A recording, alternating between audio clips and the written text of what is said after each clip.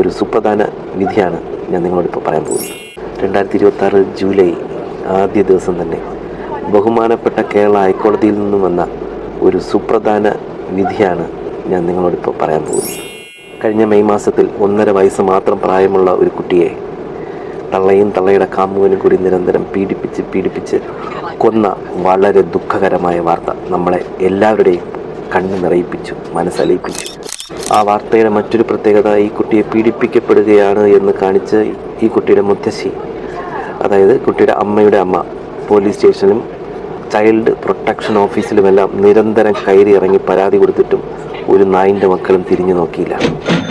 ഇത്തരത്തിൽ നമ്മുടെ സിസ്റ്റത്തിൽ വന്ന വലിയ പാളിച്ചകളെക്കുറിച്ച് ജസ്റ്റിസ് അദ്ദേഹം ചീഫ് ജസ്റ്റിസിന് കത്തെഴുതുകയും ആ കത്ത് ഒരു പബ്ലിക് ഇൻട്രസ്റ്റ് ലിറ്റിഗേഷനായി പരിഗണിക്കുകയും ഗവൺമെൻറ് ഈ സംഭവത്തെക്കുറിച്ചുള്ള അന്വേഷണത്തിൻ്റെ നടപടികൾ എത്രയും പെട്ടെന്ന് കോടതിയെ അറിയിക്കണമെന്നും ഓർഡർ ഇടുകയുണ്ടായി. അതനുസരിച്ച് ഗവൺമെൻറ് ഇപ്പോൾ ബഹുമാനപ്പെട്ട കേരള ഹൈക്കോടതിയെ അറിയിച്ചിരിക്കുന്നത്, മുത്തശ്ശി നിരന്തരം പരാതിപ്പെട്ടിട്ടും നടപടിയെടുക്കാതിരുന്ന ഡിസ്ട്രിക്ട് ചൈൽഡ് പ്രൊട്ടക്ഷൻ ഓഫീസറെ മനസ്സിലായി ചില ഊച്ചാളി രാഷ്ട്രീയക്കാരെ കൂട്ട് സ്ഥലം മാറ്റിക്കളയെന്നും അങ്ങനെയല്ലടേ, ടെർമിനേറ്റ് ചെയ്തു. പറഞ്ഞു മനസ്സിലായില്ല?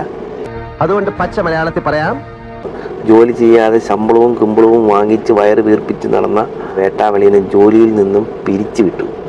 എന്നിട്ട് ചോദ്യമൊന്നും വേണ്ട, മനസ്സിലായി. ആ കുട്ടിയുടെ അമ്മൂമ്മ പരാതി കൊടുത്തിട്ടും നടപടിയെടുക്കാത്ത പോലീസ് ഏമാന്മാരെ പറ്റി കോടതി എന്തു പറഞ്ഞു എന്നല്ലേ? ജൂലൈ 29 വീണ്ടും കേസ് വെച്ചിട്ടുണ്ട്. അന്ന് ബാക്കിയുള്ള നടപടിക്രമങ്ങളും കൂടി ഗവൺമെൻറ് ഹൈക്കോടതി അറിയിക്കണം.